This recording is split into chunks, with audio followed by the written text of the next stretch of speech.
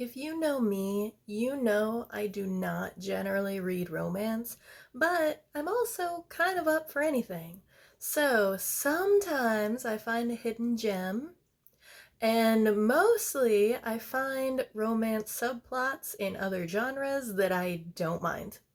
So here's a list of some of my favorite non toxic romance or romance subplots. So, Recipe for Persuasion by Sonali Dev is a romance set on the backdrop of a Food Network style cooking competition.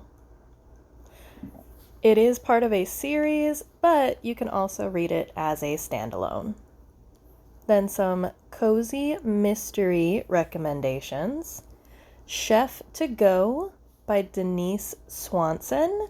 The first book is Tart of Darkness, which I just thought was adorable.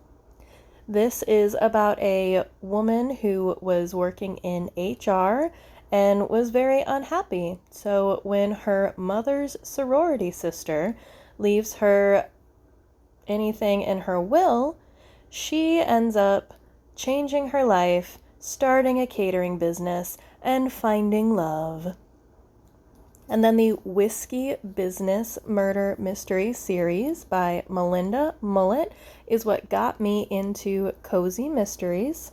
And a photojournalist's uncle dies and leaves her a whiskey distillery in his will, and she has to figure out how to incorporate that into her life while still staying true to herself.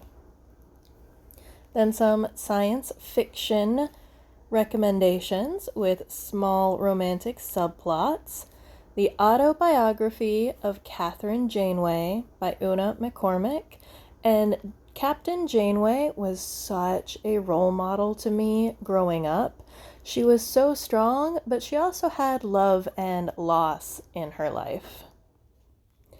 The Themis Files by Sylvain Nouvelle, because ideally your life partner will also be your partner in helping to save the world. Winter's Orbit by Everina Maxwell and Wilder Girls by Rory Power are both queer romances, and they are a bit YA, but they don't really read that much like YA.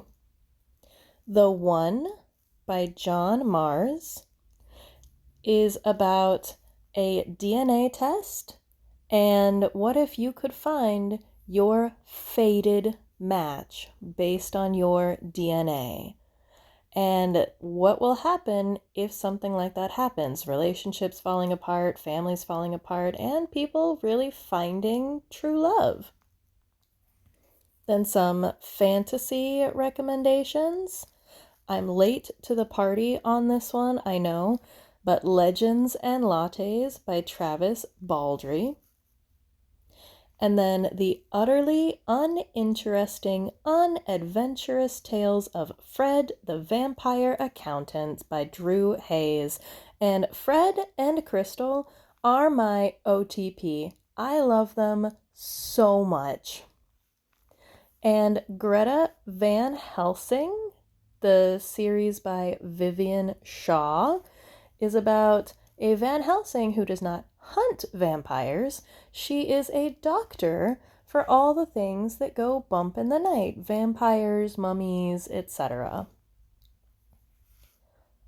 Also, some non-fiction recommendations. Betty White, if you ask me, and of course you won't. I love Betty and Frank. Their relationship is relationship goals. They loved each other so much until death do them part. Another sweet romance was in All Creatures Great and Small by James Herriot. And I guess James Herriot had a pretty big career on BBC. They adapted his books and stories to a series. I haven't seen it, but I have read a couple of his books, and he and his wife and their meeting story is just so sweet. And then Aziz Ansari wrote Modern Romance. And I read this several years ago, and I remember being incredibly impressed with just how well researched it was and how well put together. Other recommendations, I didn't exactly know where to put them.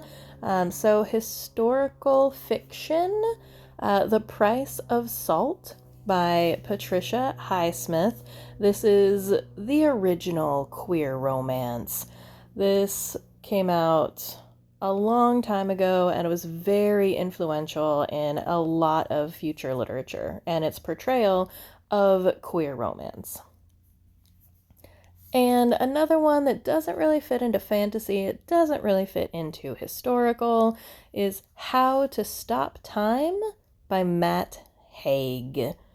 And this one starts as historical fiction. The fantasy element is that he doesn't age as quickly as the people around him.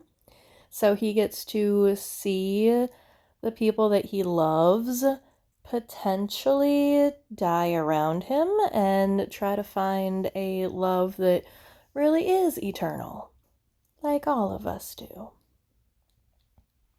So those are a few of the romance recommendations or romance subplot recommendations that I have for you this Valentine's Day.